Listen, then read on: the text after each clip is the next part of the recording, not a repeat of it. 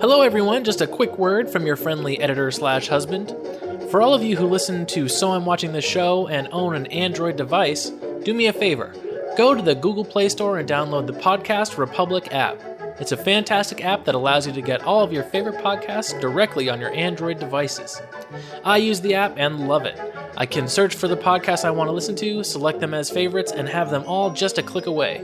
Make sure you set So I'm Watching the Show as a favorite so you don't miss any new episodes. Again, the app is Podcast Republic, available on your Android device.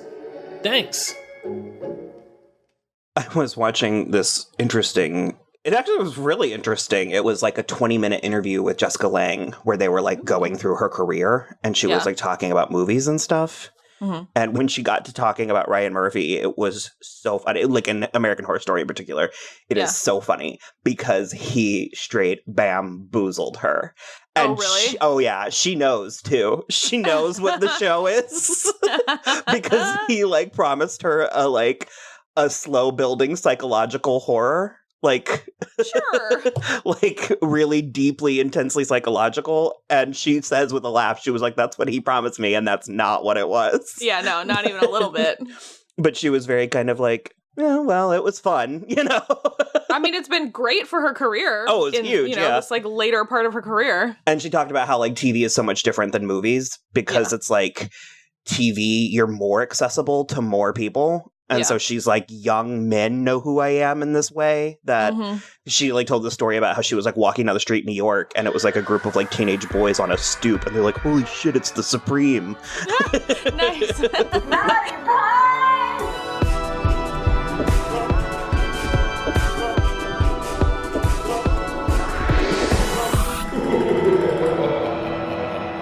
It's time for Zombieland. I don't know what I'm doing. Maybe you should make our theme song. Well, we don't have lyrics. Oh my god, I should write lyrics for a theme song. So I'm watching this. I'm just going to say it over and over again to the music. So hello, everybody. I am Will. And I'm Kristen. And this is So I'm Watching This Show. On today's episode, we are going to talk about both of the Zombieland movies, so Zombielands. And that's it. I think it's actually Zombies Land. No, that is a running joke of ours, but shit, I didn't open the IMDb, and I do not know their names. It's like Columbus, Philadelphia, and Tallahassee, and Wichita, and Little Rock. Okay. I feel drunk. I'm not, but I feel drunk. It's weird. Okay. I feel spacey. We saw this not in the theaters, but we watched this when it came out, right? Yeah, I don't think I saw it in the theater, so it must have been right when it came out on DVD. Because I distinctly remember watching it with you, and it's funny because I also distinctly remember liking it, and then I never gave it another thought. I never Will watched and I it were again. talking about it last night while we watched it, and I don't think either one of us ever watched it again either. And it was really weird because going back and rewatching it, I was like, man, this movie's really good. Yeah, it's super funny. Okay, so in case you don't know, Zombieland is a 2009 American post-apocalyptic horror zombie comedy film. Jesus. Directed by Ruben Fleischer. It was his theatrical debut. Written by Rhett Reese and Paul Wernick. The film stars Woody Harrelson, Jesse Eisenberg, Emma Stone, and Abigail Breslin as the survivors of a zombie apocalypse. The film follows a geeky college kid making his way through the zombie apocalypse, meeting 3 strangers along the way, and together taking an extended road trip across the southwestern United States. So, I did also want to point out that it was and Abigail Breslin in the credits. Was it really? At the time, Woody Harrelson was the most famous person in the cast, and Abigail Breslin was a close second. That's funny. And I was like, that is hysterical. Well, she was an Oscar nominee, right? She was, yeah. Okay. That checks. Yep. It's funny because she was like, they all were so young when I was watching this, and I was like, I don't remember them being so much younger than me. And I was like, oh, because they were, because it's been 10 full years. It doesn't feel that long, but... No, it definitely doesn't. Yeah, one of my first notes was, I was like, damn, Woody Harrelson is hot. I said the same exact thing. I was like, God, like his first scene, I was like, he's such a hot dummy. And Will was like, who? And I was like, Woody Harrelson, obviously, not Jesse Eisenberg. I've never thought that he was unattractive, but I don't really recall having that reaction, that strong of a reaction to him ever outside of this second viewing of this movie. Apparently he dressed himself. That makes sense. The character was all entirely his idea. Yeah. But so what is your take on zombie movies? I love zombie movies. Do you? I do. Do you need more than that? Well, no, I really do. It's weirdly, I think I've told the story before because we did 28 Days Later last year, didn't we? No. We didn't. And I watched it 2 years ago. Okay, then I don't think I've told this story on the podcast before.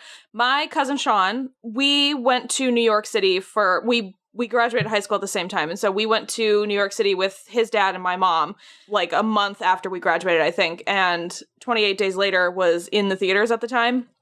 And my mom and his dad went to go see Seabiscuit.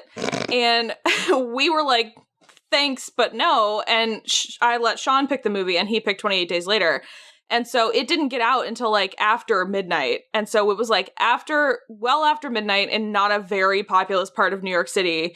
And we were alone outside in the street. And it was just all around the most terrifying experience of my life. The movie plus the experience afterwards and everything. And that I want to say is probably the first zombie movie that I ever saw. So 2003, I think. Mm-hmm. But ever since then, it's really fascinated me. And I think because that one had such an interesting take on zombies, they were fast and it was a virus kind of thing. I've always been really interested in different takes on them. And while Zombieland doesn't have a different take on zombies, I think it's got a different take on the zombie movie. Mm-hmm. Yeah. Zombies, kind of not unlike vampires, had a renaissance in the early to mid 2000s that has yet to fully go away. Yeah, and when did the Dawn of the Dead remake come out? It was 2004 because I really liked that one. Yeah, it's good too. I don't really remember much about zombies other than Scooby-Doo, growing up. Okay. And I know they were a thing in the 60s because weren't they a metaphor for communism or capitalism or one of the two. Well, the original Dawn of the Dead movies, because Night of the Living Dead, those ones that came before, those are it's a metaphor for racism and stuff. There's all kinds of stuff because they're also or a parable, maybe. They're largely newer and largely American mythology. Yeah, the roots is in Haitian voodoo and witchy stuff, but interesting. They're slightly different there. Because I would say even vampires are a little bit on the out now in the way that I don't think zombies will ever go back out because there's this fantasy that most, not all, but most people have this fantasy of surviving in a post-apocalyptic world. Mm-hmm. And for whatever reason, the zombies go hand in hand with that. And I think it's because zombies are one of the most plausible things when dealing with fantasy and when dealing with sci-fi. It's aliens and zombies, I feel are kind of neck and neck with being... because I agree with the zombies because of 28 Days Later. I believe that some weird strain of a virus could get released. It is, in my opinion, the most plausible monster to happen. It does exist. There are bacteria that can reanimate tissue and cells and stuff. So it is, again, plausible. And I think that there's just sort of this healthy obsession with most modern people with this type of genre. And I remember again seeing the Dawn of the Dead remake and thinking it was amazing because it taps into several things. Because the Dawn of the Dead remake, they're holed up in the mall for a good 2 months. And I mean, that's been a fantasy of mine since I was 7. Do you know what I mean? Let's just go do it now. Let's just go stay overnight in the mall. We could go to the Vito Mall and they wouldn't notice. That place is a ghost town. Kick us out. We would be there for 3 days before somebody. At least. Weirdly, what I would assume would be very niche genre has gotten so broad to the point where now, I mean, there's zombie comedies, there's zombie rom-coms, and it's I don't know, it's very bizarre and very interesting. And this movie came along, and I think it is rated R, so there is violence, there is gore, there is language. That's about it. There's not really any nudity. Yeah, no, I mean, there wouldn't be, though. Well, there's the one stripper zombie that they edit out of the TV, which is stupid. Oh, She's wearing pasties. She's wearing pasties. But it's like, that's an entirely different conversation. That it's like, you can see like a person's jugular get ripped out on Freeform, but God forbid you see like a fleshy teat. Like, yeah, I get it. I mean, I'm on your team, especially because of some of the primetime TV shows that are on Freeform. I mean, like, they're not explicit, but they're not gentle either. Well, but nobody's naked. So I don't know. Our obsession with nudity is so weird to me, but I agree. But yeah, I think that this is the kind of movie that it's like, probably not if you're squeamish. If you're squeamish, it's probably too much for you. But if you're like afraid of scary movies, I don't think this would do much for you. I mean, there's a couple scenes that are a little bit scary, but I would say for the most part, you're good to go. And that is another thing that I was like attempting to build to, is that as much as this is a zombie movie named Zombieland, it's not about the zombies. It's weirdly a buddy, like, comedy road trip. Well, it's also, like a road trip movie is what I was going to say. Exactly.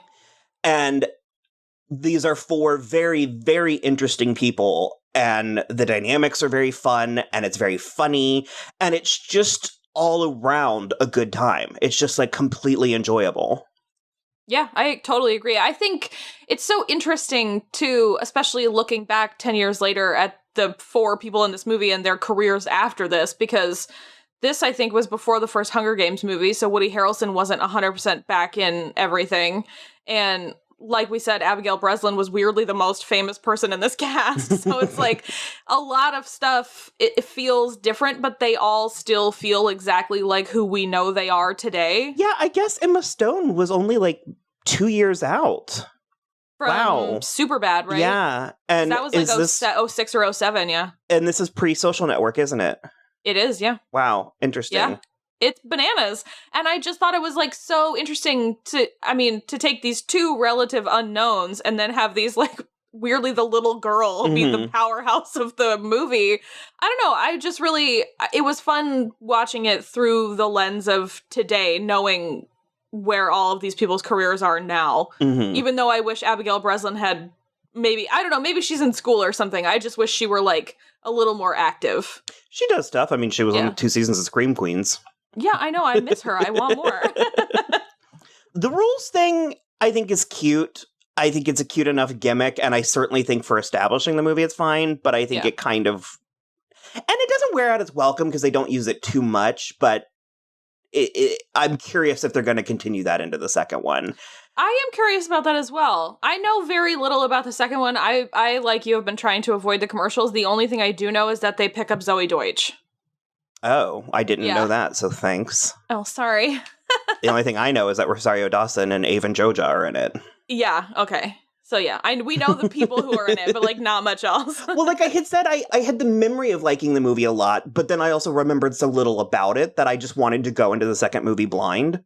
Yeah. Back to the rules thing, though. I think the double tap, I get it, and the second one's called double tap, but I also think it's kind of a waste of bullets. And also there's a scene in the beginning where he gets out of the car to double tap, and I'm like, don't do that. Well, the thing that always weirded me out about it is, like, I feel like if you shoot it in the head, you don't need to shoot it twice. So, like, maybe just work on your aim. Because everybody was, like, shooting them in the chest, and I was like, well, that's obviously not going to work. You never did see the first Resident Evil? No. That was my first zombie movie, and I loved that movie. And I have not revisited it. I am willing to subject myself to multiple Resident Evil movies should the desire arise within both of us. So help me God. You said that recorded. I remember loving them, but I think their Rotten Tomatoes are in the, like, high 40s to low 20s. I mean... Like I said, I've been willing to watch them for like a while now. I mean, I like Mila Jovovich. Remember, I like discovered horror as a genre like pretty much overnight one summer, and then I like tried to consume as many as possible. And so I remember being like all in on Resident Evil. And there's this really awesome scene where they're like in a corridor with lasers. It's like a single laser and it keeps cutting people in half. And this dude is like trying to figure out how to outsmart the laser. And he's doing a pretty good job. And it starts adapting and it finally just turns into a laser grid. Oh, no. He doesnn make it. Yeah, it doesn't sound like it. But yeah, no, I'm all for it now. Screw the rest of October. Let's just do October, just Resident Evil, wall to wall Resident Evil. I feel like they cover that in Resident Evil. I don't know why I brought it up otherwise, but I think that's a thing about shooting them in the head versus. Yeah. So yeah, I have a note. It says LMAO Amber Heard. Yes, okay, so we were sitting there watching it last night, and I was like, man, isn't the girl in 406, I was like, she's somebody like Amber Heard, right? But I was like not Amber Heard, but someone really like her. And then she showed up, and I was like, fuck me, it's Amber Heard. I was like, I should have just gone with my gut. That scene, that's like one of the things I remembered, that scene. I don't know why it stays with me, because it's so sweet, and it's so close to being like a romantic comedy type thing. Yeah. And I don't know, I really liked that. I also really liked the Twinkie thing, because I was doing that patented me thing where I was really annoyed. And I don't know why, but there's a handful of things that are considered like widely regarded as common knowledge, and they're not, and they make me irrationally angry. Okay. And the Twinkie thing is one of them. Twinkies absolutely expire. Oh, yeah. I mean, it's a sponge cake. Yeah. Of course it expires. And so when it started in this movie, I was like, God damn it, do we have to do this fucking Twinkie thing? And then, like, the third line is he's like, I know they expire. And that's why he's so frenzied, because he's trying to get the last ones. Yeah. I think that's brilliant and hilarious. And it says so much about his character. Yeah, because for sure. He could so easily be a pain in the ass, and I mean, he is, but it's like, imagine the Walking Dead version of his character. Oh, God. Yeah. No, thank you. I don't want anything to do with that. This is a risky game that Emma and Abigail are playing in their introduction. No, right? I had forgotten that they really, like, dupe them, like, 3 different times. And I was like, you guys gotta stop falling for it in the first place, but in the second place, stop stealing their shit. I thought that about the girls, too. I was like, look, I totally get the commentary, and I'm all here for it, but I was like, eventually he's gonna shoot you in the head. I've seen Animal Kingdom, okay? Yeah. I will say, it did sort of irritate me this time. I'm not sure if it would have... I know for a fact that it didn't in 2009, so I'm not sure exactly when it changed, but it did irritate me that they were the ones that made the stupid mistake to turn on all the lights and sounds at the theme park. You just have to let it go. No, I know, I did, because it like works, but I was like, how fucking stupid are you? You've been in this world for like months and months now. But also it breaks the movie, because they haven't been stupid up until that point. Exactly. I just let it go. I literally was just like, I'm just going to power through that. Yeah, I mean, I did too, but it did like tick the box in my head where I was like, really? The girls have to be the ones that are stupid and draw all the zombies to them? Cool. Also, the scene where they're destroying that like store is stressing me out more than anything else in the movie. Because I was like... a little problematic today. Well, yeah. Well, I mean... And then it's always been, but I mean, go to that part of the country. But there are just so few orderly places left. Why on earth would you be wreaking more chaos? But I mean, they blow off steam. And one of my favorite parts, I think it's everybody's favorite part, but one of my favorite parts about the movie is the pit stop at Bill Murray's house. Yeah. And that is if this were 9 years ago, I'd be like, spoiler, but it's... No, this movie's old. I almost said where I was like, I wonder if he's going to be in the sequel. I forgot. Yeah, I remembered that it happened, but I had forgotten which one of them did it until like the moment it happened, and I was like, oh, yeah. And apparently it was originally written for Patrick Swayze, but... I saw that too, but he got diagnosed with his cancer. But aside from the brilliant cameo and just being cool and funny... I think it's really interesting that, well, and frankly, it's one of the rules, though. No, it totally checks out, because it's like, enjoy the little things. I love that they take time to actually just, like, hang out. Because we don't know how long we're there, but it's like, that's the dream. That's the whole point of something like this, of a post-apocalyptic world like that. And that indulgence, I just think, having fun, but also the resting part. And frankly, I mean... We criticize movies like this sometimes where they insist that there's a romance angle where there isn't or doesn't need to be one. And this is the opposite. I was so completely into the... And maybe it is just Jesse and Emma. Well, yeah, I mean, they do have really cute chemistry, but also, I mean, what else are you supposed to do in this world? Like, what are you supposed to do? It doesn't... I would absolutely That's the thing. Okay, that is one of the things. You give Abigail Breslin a few years, and then you just have this polyamorous. Right? Why not? That's what makes me so irritated. And, like, it wasn't the top reason why I quit watching The Walking Dead, but it was up there because I was like, these people are literally never having sex. Would you not just be having sex all the time? Do you remember the Garfunkel and Oates song about Lost? And it was called Why Isn't There More Fucking on This Island? Yeah. You're like the last people on Earth. You know, there's, like, virtually no risk of rejection. All you have to do, like, make sure that you're in a safe place, but then, like, why are they not going at it like rabbits constantly? And I mean, what are you going to get, an STD? Yeah, who gives a shit? I would be delighted to get tertiary syphilis during the zombie apocalypse, you know what I mean? Yeah. So, also, that house was not in Beverly Hills. No, they filmed in Atlanta. It was in Atlanta. In the wintertime, I was like, come on. Because it was like dead grass and trees everywhere. Mm-hmm. Also, Jesse Eisenberg, Abigail Breslin, and then Woody Harrelson, Emma Stone is not the way to split up. No, definitely not. You need Emma Stone with Jesse Eisenberg. Yeah. Absolutely. Yeah. Because at that point, when Jesse and Abigail were going off, I was like, well, hopefully she can take care of him. But, I mean, he survived thus far, but he survived thus far by being neurotic. Yeah, but sometimes that's what you need. Yeah. Well, he didn't turn on the lights at the amusement park. I mean, true. Which also, talk about living the dream. There are actually several dream sequences in this. Like empty amusement park, Bill Murray's house. Yeah, man. I'm excited. I hope the second one's good. And I have a weird amount of faith that it will be, because why on earth would you dredge this up 10 years later if you didn't have a good idea? Yeah. And I'm curious because, I'm assuming they're aged 10 years, so... No, it's been 6 months. Well, I mean, it could be like 4 or 5, and you could just pretend that Abigail Breslin's a teenager, but... Well, sure. I mean... Because I think that is one of the things I've seen. I think Avan Jogia is supposed to be her boyfriend. Okay. And I think he's, like, weirdly a pacifist. Oh, Jesus. So I'm actually... I just got, like, stoked. Like, totally stoked. Sweet. Well, let's wrap up get and our then go tickets buy our and tickets. Then wait, yeah. We haven't done it yet.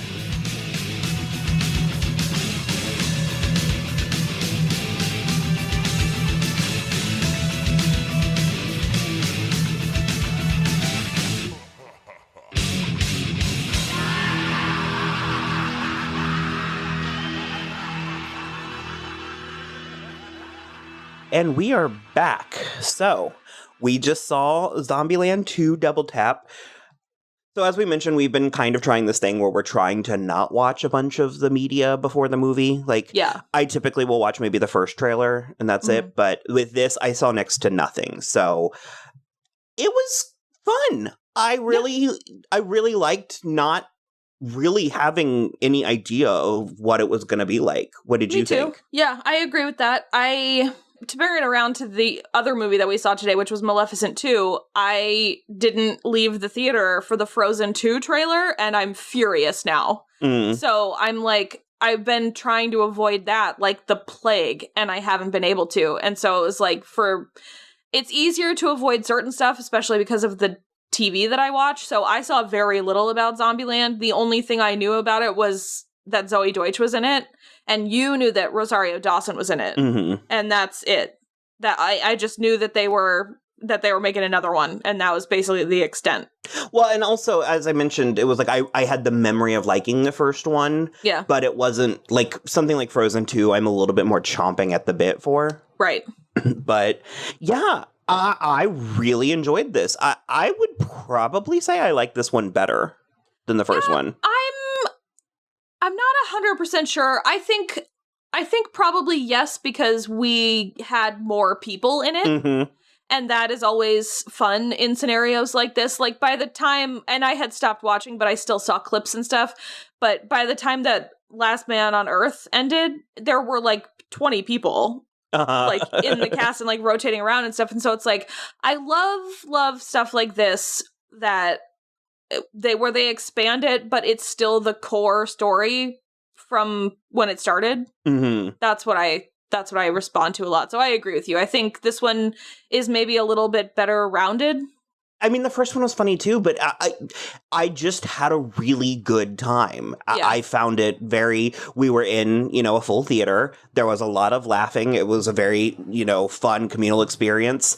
I think in some ways it was a little bit tighter. Like, I thought the rules kind of, they felt more part of it. Because it's like, I kind of felt like in the first movie, the rules sort of tapered out and or didn't quite justify their existence. Yeah. And I also appreciated that they, along with several other things in the story, evolved. So it's like he was willing to reassess the rules. He was willing to write new rules. And it's like one of the things that we learn going in is that like the zombies themselves have kind of evolved, which I call shenanigans on, because that's one of the things that's always that's something that has always irked me about zombie mythology. Is I feel like technically they are organic, so they should at some point starve and or freeze and or decay. Well, that's why I like 28 Days Later so much. Because they do. Okay. At the end of 28 Days Later, one of them is like crawling like with difficulty because it's starving because there are too many and they can't find the survivors. Mm-hmm. And so it's like, that's why I like that movie so much, because there is an end in sight. Mm-hmm. And they're in so many, like in The Walking Dead, there's no end in sight. And I'm like, for fuck's sake, how is there no end in sight? So even though that does annoy me, I didn't hold it against this movie because, it's just, you would have to fight the premise that way, but it's you'd like have to fight it too hard for that. So they did introduce, there were like levels of zombie or classifications, I guess, and they named them homers, which were like Homer Simpson, and then there were Hawkings, which were much smarter, like they could use tools. Yeah. And then there were ninjas. I don't remember much about the ninjas. They were just like fast and silent. Okay. Yeah. And then there were new ones that they called T-800s. Like the Terminator. Yeah. And they were bad. They were, they were trouble. They like almost couldn't be killed. Yeah. So. I don't think we need to chronicle the plot, but I think we need to talk for like at least 45 minutes about Zoey Deutch. I was dying. The whole time. It was Madison, right? Yeah, her name was Madison. She was so funny. So basically, our four original heroes are living in the White House. That was so weird and so funny and so cool. Because could you imagine, like, just chilling in the White House for presumably weeks, if not months? Yeah, it seemed like months, I want to say. Because, I mean, it felt like the same amount of time had passed for them as passed for us. Mm-hmm. At least, like, most of it. And I also liked the notion that, because I know this is a thing in The Walking Dead and some other stuff, but I like the notion that they are not anomalies. Like, there are sort of gangs of survivors in different capacities. Yeah, definitely. Yeah, so Emma Stone kind of freaks out on Jesse Eisenberg. I couldn't remember his name. I was like, Thomas Middleditch was all. I was like, which names did you want to use? Yeah. She freaks out on Jesse Eisenberg because things are moving too fast. And well, he proposes with the fucking Hope Diamond. That's right. And she's like, oh God, I don't know. And so like they wake up the next morning and she and Little Rock are gone. Mm-hmm. Then basically it's just Tallahassee and Columbus left. And they decide to go to the mall for some retail therapy. Mm-hmm. And I guess Jesse Eisenberg's character, Columbus, what he said was, one thing you won't know unless you're in a 4D theater is that Zombieland really smells terrible. Mm-hmm. So he just likes to go to the candle shops and like get new candles so that everything smells better, which I thought was hilarious. And that's when he runs into Madison, who is Zoey Deutch in like a hot pink velour tracksuit. 2009 and, like, Juicy Couture. Oh my God. And like a fur-lined jacket. Hilarious. Because so hilarious. She was living in the freezer? She was living in the freezer at like the Froyo place or something. Because those doors lock pretty solid. Yeah. I was like, that's not a terrible plan. No, it's not the worst idea. And especially, I mean, I feel like she especially would need more than that jacket, but... Yeah. Well, not if she's from Madison. Sure. But I love that they also explain, because it was one of the things that deep down I always wondered, and it was a throwaway line. It was kind of like that "thank you for smoking" line. Mm-hmm. But the electricity still keeps working because of the dams. Yeah, that was hilarious. It was, because I thought it was just like, thank you for smoking too. Like, thank God we invented that blah, blah, blah, whatever that lets us smoke in space. Cigarettes in space. It's the final frontier, Nick. But wouldn't they blow up in an all-oxygen environment? Probably. But it's an easy fix. One line of dialogue. Thank God we invented the, whatever device. But, yeah, so she goes with them. She is a fairly typical Valley Girl type, like, bimbo character. But there was something ever so slightly more human, like more real about her than those types of characters. Like, she had just a hair of self-awareness. I was gonna say self-awareness because it's very specifically when she's trying to sleep with Columbus at first, and he's like not really saying no, but he's like, are you, like, kind of being like, are you sure that this is something we should do? And she broke out of it so fast, and she was like, I swear to God, if you don't have sex with me right now, I'm gonna go find the old guy and do him instead. And I just was like, that's fair. She's presumably been alone for like a long time. And I was like, that's interesting. So you're right, there were like twists to her character that really made it more interesting. There was just a bare level of reality there that prevented her, because I do think that the movie didn't overuse her. I think maybe I would have dialed her back just a hair more. There was like, I think one or two too many reaction shots or asides. Okay. Because I was like, it's a very strong flavor. You don't want to saturate. Right. But for the most part, I think it was great. And I think that she was a brilliant addition. I also thought Avan Jogia and Rosario Dawson were great. Yeah, I could talk almost as long about Avan Jogia. Really? Because so Berkeley was his name. And he sort of like doesn't really seduce Little Rock, but he's like offering something she hasn't had before. And so she goes off with him, but he's freedom and other people. Yeah. Yeah. Well, but he's a pacifist, so he won't like fight or whatever. And then he takes them to this place called Babylon where they make them melt all their guns, which just doesn't seem smart. No. But I think what was so interesting about him is that he was just generally a poser. Mm-hmm. Because when he started singing, what was he singing, like a Rolling Stone? It was Bob Dylan. Dylan. And you think at first that she's just like a dummy because she was like, oh my God, did you write that? And he was like, he didn't say yes, but he didn't say no. And it was just kind of whatever. And then you find out at the end where she's like, 12-year-olds knew who Bob Dylan is, you idiot. She was just going with it. I loved it. Yeah, that was my favorite part. That she didn't fall for it. She was just like along for the ride as not to embarrass him, so that this can for sure. But Rosario Dawson was a woman who had set up camp in the Graceland Museum. Or it was a chapel. She was at like a hotel. Okay. But it way out, like not way, but like separate from Graceland, like not affiliated. Well, it was just decorated like it. I was gonna say, I was like somebody had collected all of that memorabilia and put it in there. Yeah, it was like an Elvis themed hotel, but I would imagine that she had gone to Graceland and gotten all of those things and brought them back to that hotel where she was staying. And I think one of the best parts, and I mean, obviously this is spoilers, we're like well into this, but I think one of the best parts for me was Luke Wilson and Thomas Middleditch. Oh my God.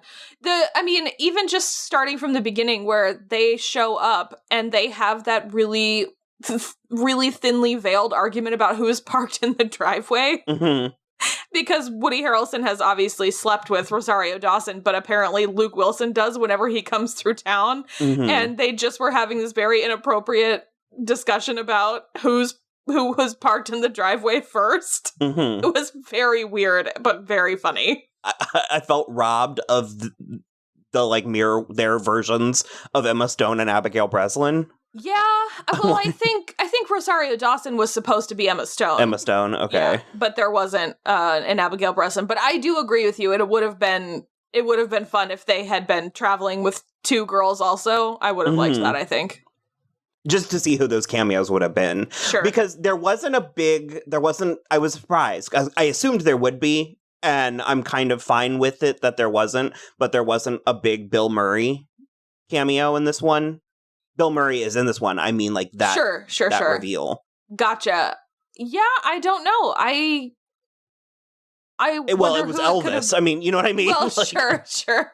I wonder who it could have been. Like, who would they have picked that's, like, similar? You know, you can't call Chevy Chase. Yeah. No, and I said I was fine with it, but going in, I was wondering, and I guess kind of Luke Wilson and Thomas Middleditch a little bit play that role, but they are in the opening credits, so. Right. I mean, I had forgotten by the time. I didn't predict that's what they were going to be, but... No, me neither. And I thought it was very good. Very well done. I thought they gave up on a couple of the car. Like, they gave up on the camper too soon. Yeah, because you were like, just change the tire, right? Yeah, I was like, don't go back to the minivan. And I love that they continued his 3 thing. It's because of Dale Earnhardt. Yeah, I know. Yeah, okay. I wanted to tell you that. Oh. I wanted you to be like, why was that? And I was going to say, it's because of Dale Earnhardt. And I liked that, because I liked that they did it through both of them, and then also that they never did really, like, put a button on it. Mm-hmm. But... Well, I liked that he very specifically didn't put it on the side of the pink Cadillac. He put it on the license plate only. I remembered one thing that I laughed at every single time. They were going to this place called Babylon, mm-hmm. the, like, sanctuary Babylon, and literally everybody just kept being like, yeah, that David Gray song is great. And I was like, that David Gray song is great, but that is hilarious that it was everybody's instinct was that it was named after the David Gray song. Is that why I was singing that song? Probably. Okay. I don't remember that. Like, I know the song, but I don't know David Gray. Yeah. But I was singing the song throughout the movie, so. Yeah. Mm-hmm. It was hilarious. Every time somebody was like, yeah, like the David Gray song, I was like, it just can't be that. Mm-hmm. That can't be why it's called that. So, I think the ending is a little bit much. It was a little bit shenanigansy, but... I mean, but what more do you want out of your zombie comedy? So, do you think that we will go back to this well? I haven't checked the box office numbers, so I don't know how any of these movies did this weekend, but... Yeah, I mean, I'm not sure. If they do, I mean, I hope it doesn't take 10 more years. Well, I was about to say that was part of the fun. 10 is a long time, maybe not 10, but I did like the idea that, like, time had passed, because it sort of allowed dynamics to be slightly different. Yeah, that's for sure. That's definitely true. I think Emma Stone was just a hair underserved. I tend to agree with that, and I also think she kind of, I guess underserved covers it, but I didn't love how sort of combative she was with Madison, especially because Madison had very little idea what was going on, and it was just sort of like a weird jealous girl trope that I was not 100% there for. But it didn't ever verge on, like, too mean. It just was, like, a little, I was like, you could have eased up on that a little. Mm-hmm. Since it is her fault that Jesse Eisenberg slept with Madison in the first place. So, yeah, very fun, very funny. This one was rated R2. Mm-hmm. It felt less violent? Or do I just not remember? There was no nudity whatsoever. There was language and some... But I mostly thought it was a piece of cake. I think that these movies are good for teenage boys, you know? Like, yeah, I think it was less immediately violent than the first one. And I think because we were so far away from the like, initial outbreak or whatever, I think maybe there were fewer zombies to kill. And so this was more of, like, a character-based story instead of action-based. Mm-hmm. And so maybe that's why it felt a little less. But also, I mean, I'm just so immune to it that I find myself telling people it wasn't that bad about stuff that's, like, probably pretty bad. Yeah. Because I just don't, it takes a lot to, like, make me feel icky now. I know some people that listen to us have kids and stuff, and so sometimes I like to say like not young children, but it's like sometimes R-rated movies, it's like, who else are they for? Like, they're for teenagers and sleepovers, you know? And I think that these movies are fine. I think that they're funny. I think that they're, you know, not harmful, like... No, I mean, it's all in good fun, and it's like there's no like weird moral questions where you're like, are you really killing a living thing or whatever? Yeah, precisely. So, yeah. But I mean, like, Rochelle, you should not take your son to this movie. Well, he's too young, but I'm saying, like, I think it's accessible to like 12, 13, 14, 15, you know.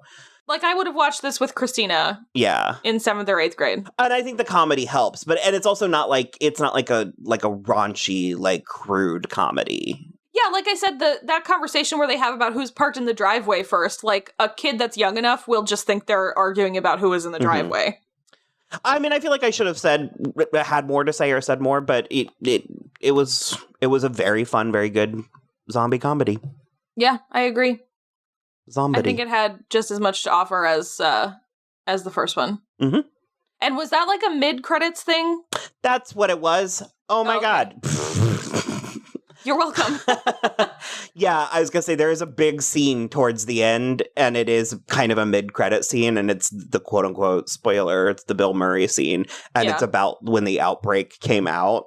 And so it's a bunch of, it's several pretty fun cameos, like real media people are interviewing Bill Murray about Garfield 3. Yeah. They're talking about it like it's some allegory for... So I forgot what it was, but... Well, they are doing the normal press thing where they're like asking what the meaning is and blah, blah, blah, this and the other, and he's like feeding into it by being like, yeah, you know, all the great trilogies and stuff, and it's obviously just terrible, I'm sure, and I found it hysterical. No, it was good. And so, like, the outbreak occurs while this is happening. Yeah. So it's like... Al Roker is evidently patient zero. Yeah. Which I found a very smart and funny thing to posit. So, okay. All right. Well, we definitely recommend going to see Zombieland and watch the first one if you haven't, because it's also very good. And then, as always, you can follow us on Twitter @SoI'mWatching, Instagram @SoI'mWatchingThisShow. We're also on Facebook and Tumblr, So I'm Watching This Show. You gonna put any Elvis on the So I'm Watching This Show playlist? You're gonna put Babylon by David. Play us out with Babylon by David Gray. And then, other than that, just please rate, review, and subscribe wherever you listen. And that's it for us. Mm-hmm. Bye.